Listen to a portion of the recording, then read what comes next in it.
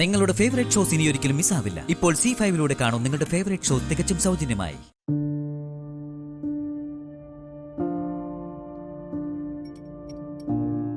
എന്നാലും ഗിരിയില്ലാതെ പോയത് വലിയ കഷ്ടമായിപ്പോയി. അല്ല, ഓഫീസും തിരക്കും ഒക്കെ ഉണ്ടായിട്ടും ഒന്ന് വന്ന് തല കാണിച്ചിട്ട് പോകാൻ ശ്രീകുട്ടൻ തയ്യാറായി. ആ മര്യാദ പോലും ഗിരി കാണിച്ചില്ലല്ലോ എന്ന് ഓർത്തപ്പോ എന്തെങ്കിലും തിരക്കുണ്ടാവുന്നേ. എന്ത് തിരക്ക് ചന്ദ്രേട്ടാ? ശ്രീ ഒന്നുമില്ലെങ്കിലും വേറൊരാളുടെ കീഴിലല്ലേ ജോലി ചെയ്യുന്നത്. അവിടുന്ന് അനുവാദം വാങ്ങിയല്ലേ അവൻ വന്നത്. ഗിരി അങ്ങനെയല്ലല്ലോ. സ്വന്തം കമ്പനി, സ്വന്തം സൗകര്യം. ഒന്ന് വന്നിട്ട് പോവാൻ ആരുടെയും അനുവാദം വേണം. കാര്യമൊക്കെ ശരിയാ. പക്ഷേ ഗിരിയെ നമുക്ക് അങ്ങനെ കുറ്റപ്പെടുത്താൻ പറ്റില്ലല്ലോ ഇന്ദ്രേ. അവന്റെ മാനസികാവസ്ഥയും കൂടി നമ്മളൊന്ന് കണക്കിലെടുക്കണ്ടേ. ആദ്യം ഇങ്ങനെ ഒരു ചടങ്ങ് നടക്കേണ്ടിയിരുന്നത് സത്യത്തില് സുമിയുടെയും ഗിരിയുടെയും ജീവിതത്തിലായിരുന്നല്ലോ. ഒരു പക്ഷേ അത് ഓർത്തിട്ട് മനഃപൂർവ്വം ഒഴിഞ്ഞു മാറിയതാവും. പാവം. അതൊക്കെ അങ്ങനെ വിചാരിക്കാനുണ്ട് സുമിതേടത്തി. ഗിരിയേട്ടനും ഏട്ടത്തിക്കും ട്രീറ്റ്മെന്റ് വല്ലതും നോക്കിക്കൂടെ? അപ്പൊ പ്രശ്നങ്ങളൊക്കെ പരിഹരിക്കപ്പെടുമല്ലോ. നീ എന്താ നവ്വി പറയുന്നേ? എന്ത് ട്രീറ്റ്മെന്റ് ആയാലും ഇത്തരം കാര്യങ്ങൾക്കൊക്കെ ഒരു ഏജ് ലിമിറ്റ് ഒക്കെ ഇല്ലേ? സത്യം പറഞ്ഞ ഗിരിയുടെയും സുമിയുടെയും കാര്യം ഓർക്കുമ്പോ എനിക്ക് വലിയ സങ്കടമുണ്ട്. ഇനിയിപ്പൊ പറഞ്ഞിട്ട് സങ്കടപ്പെട്ടിട്ടൊന്നും ഒരു കാര്യമില്ലല്ലോ. കല്യാണം കഴിച്ചപ്പോഴേ രണ്ടുപേരുടെയും പ്രായം അങ്ങനെ ആയിരുന്നല്ലോ. അപ്പൊ നമ്മൾ ആരും അത് ഗൗരവത്തിലെടുത്തുമില്ല. ഇനിയിപ്പൊ പറഞ്ഞിട്ടെന്താ? അതിനിപ്പോ എന്താ പ്രശ്നം? ഒയ്യാരത്ത് കുടുംബത്തിന്റെ അടുത്ത തലമുറയായി അരിയിട്ട് വാഴിക്കാൻ ഞങ്ങളുടെ കുടുംബത്തിൽ നിന്ന് തന്നെ ഒരു കുഞ്ഞു വരാൻ പോവല്ലേ? അതുപോരെ.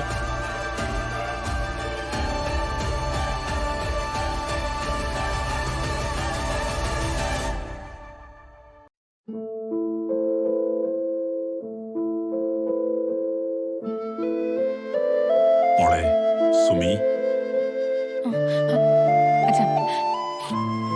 അച്ഛന്റെ മുമ്പിലെങ്കിലും നിനക്ക് അഭിനയിക്കാതിരുന്നൂടെ മോളെ? നിന്റെ സങ്കടം അച്ഛനറിയാം. ആളുകൾ പലവിധമാണ് സുമി. അവര് പലതും പറഞ്ഞെന്ന് വരും.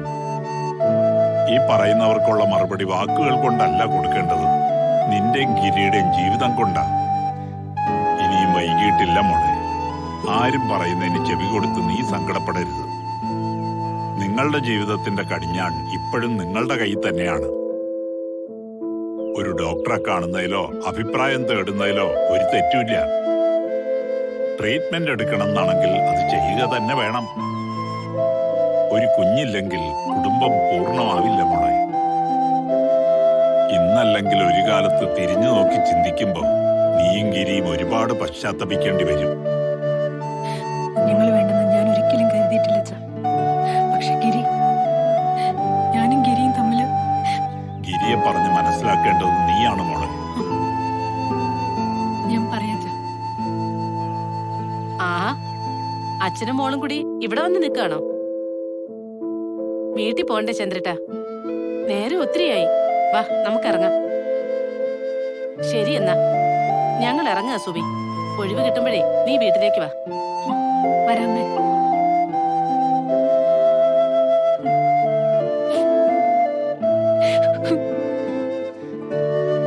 അച്ഛൻ പറഞ്ഞത് മോള് സീരിയസ് ആയിട്ട് എടുക്കണം.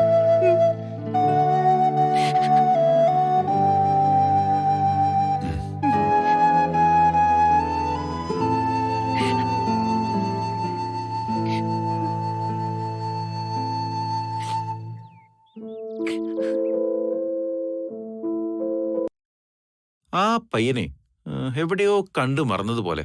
ആരാ ഗിരിയത്? എടാ, വേറെ ആരുമല്ല, നമ്മുടെ പ്രതീക്ഷയെ കല്യാണം കഴിക്കാൻ പോകുന്ന ചെറുക്കനാണവൻ.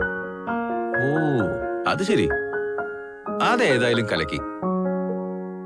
അതാ ഞാൻ ഓർത്തെ അവൻ എവിടെയോ കണ്ട് നല്ല പരിചയമുണ്ടെന്ന്. ഇടാ, മാനേജ്മെന്റ് പഠനമൊക്കെ കഴിഞ്ഞ് അത്യാവശ്യം 1-2 കമ്പനികളിൽ ജോലി ചെയ്തിരുന്ന ആളാണ് അഭിലാഷ്.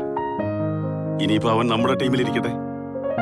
ഓ, ഉണ്ട ചോറിന് നന്ദിയില്ലാത്ത ഒരുപാട് പേരെ ഞാൻ ഇത്രയും കാലം തീറ്റിപ്പോറ്റിയതല്ലേ. കാലം നമുക്കൊരു തിരിച്ചറിവ് തരുമ്പോ അതിനനുസരിച്ചുള്ള മാറ്റങ്ങൾ നമുക്കും വരണമല്ലോ, വേണ്ടേ? വേണം. വളരെ ശരിയാ നീ ഇപ്പൊ പറഞ്ഞത്. നിന്റെ കേസിൽ ആ മാറ്റം വരാനേ 10-40 വർഷം എടുത്തതിലെ എനിക്ക് അത്ഭുതമുള്ളൂ. പക്ഷേ ഇത്രയും ക്രൂഷ്യലായ ഒരു പോസ്റ്റ് കുടുംബത്തിന് പുറത്തുള്ള ആൾ കൈകാര്യം ചെയ്യുമ്പോ, പ്രത്യേകിച്ച് നിതീഷ് ഇരുന്ന കസേര, അത് വീട്ടിൽ മുറുമുറുപ്പാവില്ലേ ഗിരി? രക്തബന്ധം അല്ലെങ്കിലും പ്രതീക്ഷ എന്റെ പെങ്ങളാണ്. അവളുടെ ഭർത്താവിനെ സംരക്ഷിക്കുകയും കൂടെ നിർത്തുകയും ചെയ്യേണ്ട ഉത്തരവാദിത്വം ആ നിലയ്ക്ക് എനിക്കുണ്ടല്ലോ. അത് നിന്റെ കാഴ്ചപ്പാടല്ലടാ, മറ്റുള്ളവർക്ക് അതൊന്നും മനസ്സിലായിക്കൊള്ളണമെന്നില്ലല്ലോ. ഈ മറ്റുള്ളവരെന്ന് നീ ഉദ്ദേശിക്കുന്നത് നിതീഷിനെയും അവന്റെ അമ്മയും തന്നെയല്ലേ? ബാക്കിയുള്ള ഒരാൾക്കും എന്റെ ഈ തീരുമാനത്തിൽ ഒരെതിർപ്പും തോന്നാൻ വഴിയില്ല. രക്തബന്ധമുള്ള ആളുകളെ കൊണ്ട് എനിക്കെന്നും ബുദ്ധിമുട്ടുകളെ ഉണ്ടായിട്ടുള്ളൂ. അതുകൊണ്ട് സ്വന്തവും ബന്ധവും ഒന്നും ഞാൻ ഇനി നോക്കുന്നില്ല. നമ്മളെ അർഹിക്കുന്നവർക്ക്, നമ്മുടെ സഹായങ്ങൾ ആവശ്യമുള്ളവർക്ക് അത് നമ്മൾ കൊടുക്കുകയാണ് വേണ്ടത്. ഇത്രയും നാളും അർഹതയില്ലാത്തവരുടെ മേൽ ഞാൻ വാരിക്കോരി ചൊരിഞ്ഞതൊക്കെ ഓർത്ത് ഞാനിപ്പോ സ്വയം കുറ്റപ്പെടുത്തുക. നന്നായി ഗിരി. ഇപ്പോഴെങ്കിലും നിനക്ക് കാര്യങ്ങളെ പറ്റിയൊരു ധാരണ ഉണ്ടായല്ലോ.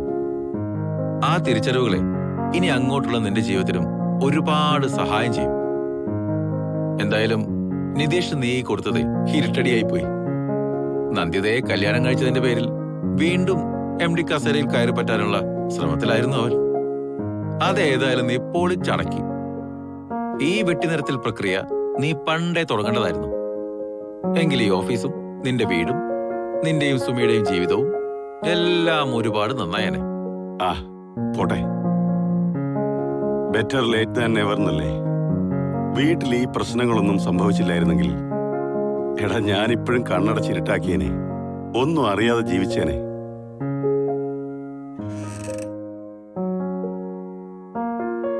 ഇനിയിപ്പോ നമുക്കെന്നാ ഇറങ്ങിയാലോ? എന്നാ പിന്നെ ഞങ്ങളങ്ങോട്ട്. ശരി, അങ്ങനെ ആവട്ടെ. ആരോഗ്യം നന്നായി ശ്രദ്ധിക്കണം. ഭക്ഷണ കാര്യത്തില് ഒരു ഉപേക്ഷ വിചാരിക്കരുത് കേട്ടോ. ഇല്ല അച്ഛാ, ഞാൻ ശ്രദ്ധിച്ചോളാട്ടോ.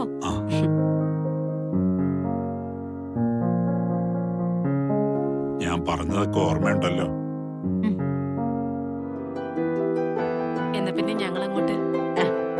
ഇടക്കൊക്കെ എല്ലാരും ഇങ്ങോട്ടൊന്ന് ഇറങ്ങണം. നന്ദുവിന് അതൊരു സന്തോഷായിരിക്കും. ആയിക്കോട്ടെ. ശരി. പോട്ടെ മോളെ.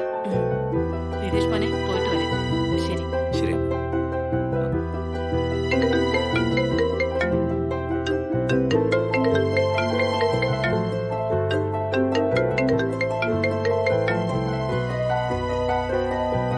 ഹലോ, ഒരു പ്രശ്നമുണ്ട്.